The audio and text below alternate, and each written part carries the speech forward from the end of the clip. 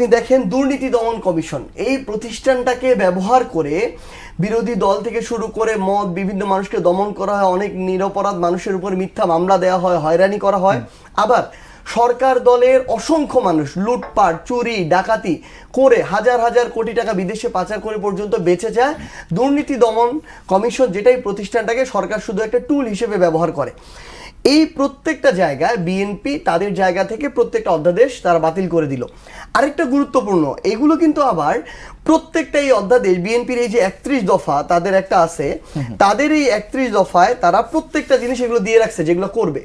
তার মানে তারা শুধু আমাদের জুলাই অভ্যুত্থানের সাথে গাদ্দারি করতেছে না, তারা তাদের জায়গা থেকে ওই বাংলাদেশের জনগণের সাথে কিংবা জুলাই সনদ গণভোটের সাথে প্রতারণা করতেছে না, তারা তাদের দলের মানুষের প্রতি বা দেশের প্রতি তাদের যে কমিটমেন্ট 31 দফা এটার সাথে তারা প্রতারণা করতেছে। তারা কি কখনো বলেছে যে আমরা এটা করব না সবসময়ের জন্য? সালাউদ্দিন সাহেব বা সবাই তাহলে বলে আসছেন যে এগুলো তারা যদি জুলাই সনদ বাস্তবায়ন করে তাহলে তো এই অধ্যাদেশের প্রয়োজনীয়তা আছে কি? অবশ্যই, কেন থাকবে না?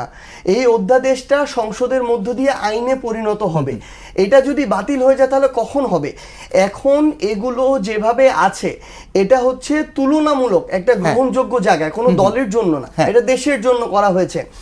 এটা তারা এখন বাদ দিতে যাচ্ছে, কারণটা হচ্ছে তারা তাদের জায়গা থেকে বলতেছে যে এটা আমরা নতুন করে একটা রেটিফাই করে উপস্থাপন করব।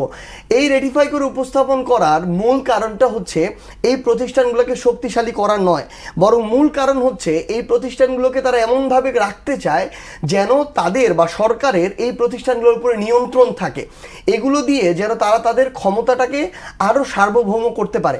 আপনি দেখেন তাদের দলীয় ইশতেহার এবং জনাব তারেক রহমান তার বক্তব্যে অসংখ্যবার বলেছেন যে বাংলাদেশের সবচেয়ে রাজনৈতিকভাবে অপব্যবহার করা হয় বাংলাদেশের বিচার ব্যবস্থাকে। তারাই বললেন যে সুপ্রিম কোর্টের যারা বিচারপতি তাদেরকে নিয়োগের একটা আলাদা প্রসেস করা দরকার, যেটা অন্তর্বর্তীকালীন সরকারের সময় করা হয়েছে সুপ্রিম জুডিশিয়াল কাউন্সিলের মাধ্যমে।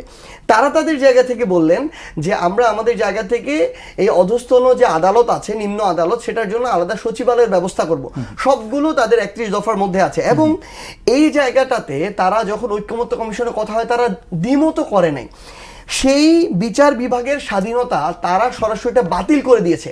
মানে বাকি 16টা তো এমন যে রহিত করে রেখেছে, মানে সেগুলো চাইলেও সেগুলো আমরা নতুন করে আনা যাবে না, তাদের মতো করে আনবে, কিন্তু এইটা তারা বাতিল করে দিয়েছে।